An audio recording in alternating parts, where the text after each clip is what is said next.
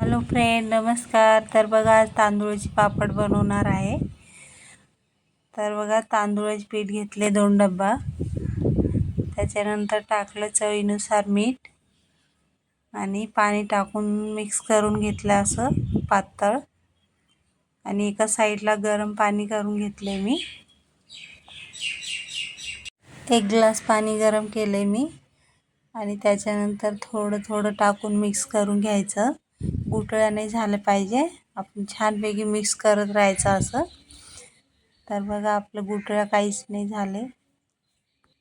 तर बघा, गोणीवर बनवलंय मी आणि तेल लावून घेतलं थोडं आणि नंतर मग कलर टाकून मिक्स करून असं बनवले बघा पापड मी. हिरवा रंगाची आणि सफेद आणि ऑरेंज कलरचे बनवले. 3 कलरचे पापड बनवले मी. बघा, छानपैकी झालेत आपले पापड.